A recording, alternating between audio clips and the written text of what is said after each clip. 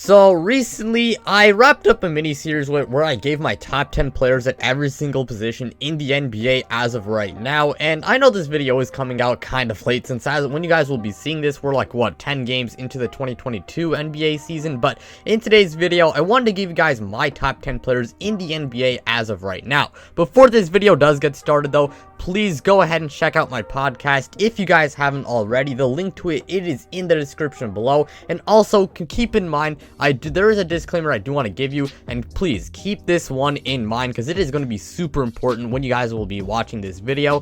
What's been going on so far this year will not have that much of an effect on how this list goes, since we're still very early into the 2022 NBA season, and it really won't be having much of an effect on how this list goes. So please keep that in mind when you watch this video. But without further ado, let's go ahead and get straight into the list. And coming in at number 10, we have Damien Lillard. Damien Lillard is one of the most popular players in the league because he's a walking highlight reel. This guy is one of the best offensive players in the entire league, and again, he is a walking highlight reel. He can put a team on his back and carry them to the playoffs. I mean, as long as you give him like a decent enough supporting cast to do it. But Damien Lillard, pretty good at, leading his teams at least to the playoffs, and he's a very good, an elite scorer. He's an elite shooter, and also he is someone who can make plays for others. And overall, Damien Lillard, he is a super good player. Now, that being said, he is not a very good defensive player, and also I do feel like if he wants more team success, I think he has to leave Portland. I know a lot of people have said that before in the past, but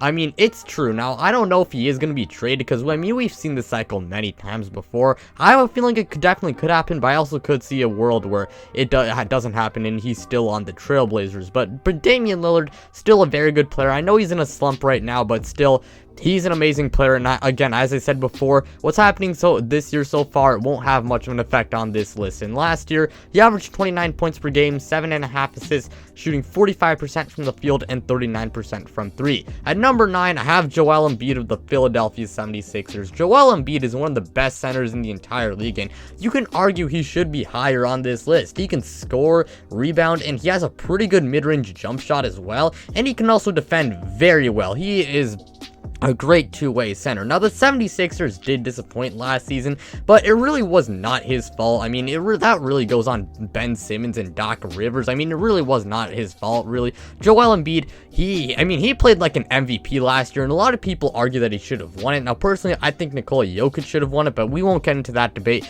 Joel Embiid was fantastic this year, and if he can play like an MVP again this year, then the 76ers could definitely stay afloat amidst this Ben Simmons drama. Okay, I could not talk there, but they can definitely stay afloat, throughout this Ben Simmons drama, and so far they have been doing that. And last year, he averaged 28.5 points per game, 3 assists, 11 rebounds, shooting 51% from the field. At number 8, we have James Harden of the Brooklyn Nets. Now, James Harden is one of the best offensive players in the history of the NBA. He is an all-time great scorer, he's an all-time great shooter, and he is an amazing playmaker, and he's also a pretty good rebounder as well. Now, James Harden, I will say, he is a pretty ball-dominant player, and that definitely does, bite his ass in the playoffs. But I mean, that is something to note down. But that being said, he is still a very good player, and I know he has started off 2022 on a pretty bad note, especially now that people are like laughing that he doesn't get as many free throw calls and all. But again, what's happening this year, it's not really affecting this list. James Harden, he's still one of the best players in the entire league, and he's definitely going to need to play a lot better if the Nets want to reach the finals this year, since it looks like Kyrie Irving may not play this entire season. But anyways, last season he averaged 25 points per game, 11 assists, 7 rebounds, shooting 47% from the field and 36% from three. At number 7, we have Luka Doncic of the Dallas Mavericks. Luka Doncic has quickly become one of the premier players in the entire league, and he is the youngest player on this list, and he has made a name for himself as an elite scorer, an elite shooter, an elite playmaker, and he's also an elite rebounder as well. Now, he hasn't seen too much postseason success, but that can be attributed to his team rather than him, because he's he's played well, and I mean, he is definitely carrying the Dallas Mavericks for the most part. The Mavericks, they have a generational talent on their hands, and they definitely need to get a contender around him, and I really do hope they start, they can really, build a good team around him. And I do think it might take some time, but Luka Jokic, still an amazing player, and last year, he averaged 28 points per game, 9 assists, 8 rebounds, shooting 48% from the field, and 35% from 3. At number 6, we have Nikola Jokic. Now, I'm probably a little bit biased as a Denver Nuggets fan when placing him this high, but him being the reigning MVP, I feel like had to be, really definitely, I guess helped his case when it came to, how high he had placed. I feel like he had to be pretty close to the top 5, if not top 5. I mean, he won MVP. That's a big reason why he is this high on this list. But even then, Nikola Jokic, he's one of the best players in the NBA, all right? He, as stated before, he won MVP in 2021, and Nikola Jokic, he's a fantastic offensive player, one of the best in the entire NBA. He's a great scorer. He's a pretty good shooter. He's one of the best playmakers in the entire NBA as a center and the best passing big man of all time, and he's also an amazing rebounder as well. He's been really good so far this year. He's kind of carrying the Nuggets, especially, and I mean, he definitely has to do that with Jamal Murray out for most of the regular season this year, and if he can play like how he did last season, the Nuggets may be a top 3 to 5, or maybe like they can be like a top 3 to 5 seed in the West again if he plays like this, and of course if the supporting cast can be good enough. And last season he averaged 26 points per game, 8 assists, 11 rebounds, shooting 57% from the field and 39% from 3. At number 5, I have Kawhi Leonard of the Los Angeles Clippers. Now, right now, he's injured, and that most likely will... He's most likely going to miss most of the 2022 regular season, and that's definitely going to, hurt his rankings when I do it next year. And I feel like a lot of people have kind of forgotten that he exists. But, Kawhi Leonard, when he's healthy, he's one of the best two-way wings in the entire league. He can score, he can shoot he can do both at an elite level, and he can defend at an elite level. Kawhi Leonard, he's just a great two-way wing. And last season, he averaged 25 points per game, 5 assists, 6.5 rebounds, shooting 51% from the field and 40% from 3. I mean, if the Clippers can stay afloat, while he's gone, and then he comes back, I mean, the Los Angeles Clippers, they definitely will be a dark horse team, especially, with how Paul George has been playing. Now, I don't know if Paul George could play at an MVP level with Kawhi Leonard on the team, but Kawhi Leonard's still one of the best players in the league, and I feel like some people have kind of forgotten about him, but Kawhi Leonard, make no mistake, still amazing. At number 4, we got King James, LeBron James. Okay, I'll try to make this segment kind of short because,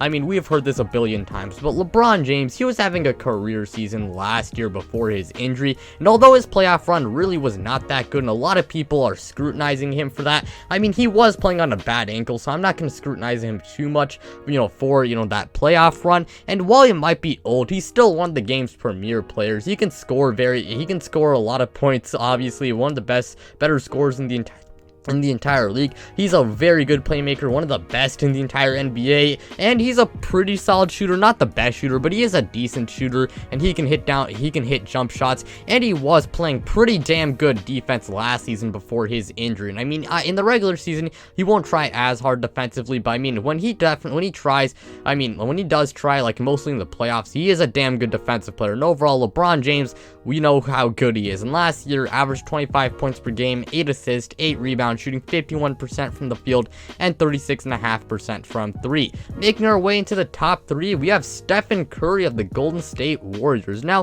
2021 was arguably Stephen Curry's best individual year. We all know the story with him, so I guess I'll try to make this segment short as well. He was a top 3 MVP candidate last year. Some argue that he should have won. Now, I'm not going to get into that debate, but he is the best shooter of all time. I think we can all agree on that. One of the best scorers and playmakers of all time, and he's one of the best offensive players the NBA has ever seen, and one of the best offensive players in the entire NBA. Golden State, they've gotten out to a hot start so far, and Curry, he might finally get to taste some success after Kevin Durant's departure. And overall, Stephen Curry, he is an amazing player. Now, then again, he does have his gripes, like for one, he's not a very good defensive player, but Stephen Curry, still one of the best players in the NBA, and last year, he averaged 32 points per game, which led the league in that category.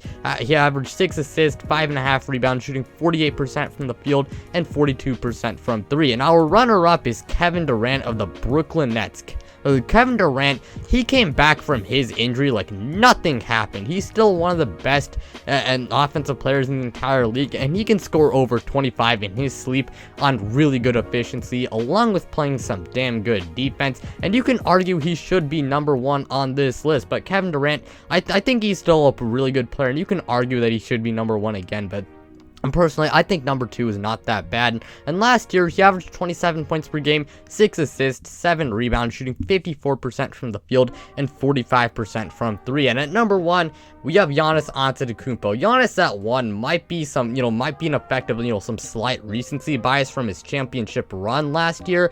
But so that is I will admit, that is definitely a reason why he is number 1. But Giannis Antetokounmpo, even without that championship run, he can definitely make a strong case for being the best player in the NBA. And make no mistake about it, he is still a top 2 player in the NBA. He is an elite scorer. He's a pretty decent passer. He's a great rebounder, and he is arguably the best defensive player in the NBA. Now, I know Milwaukee has gotten off to a pretty shaky start, but it's not really a product of him. He's still being Giannis. They're dealing with some injuries, but Giannis Antetokounmpo, overall amazing player. And honestly, the Bucks could definitely go back to back this year if they can get healthy, and if they can, finally start, just picking it back, picking back up right where they left off when it came to, their championship run. If they can just play like the normal Milwaukee Bucks team we know them to be. And last season, he averaged 28 points per game, 6 assists, 11 rebounds, shooting 57% from the field. But that will do it for today's video. Thank you guys so much for watching. Truly means a lot to me. Before I head out, hit that like button if you enjoyed, as it really helps out the channel. And also make sure to subscribe if you guys are new and you guys enjoy this type of content, so you don't miss out on any new videos like this. Plus, we're on the road to 1,000 subscribers, and once we hit our goal, I am finally going to do a face reveal. But with that being said, I'm out, you guys.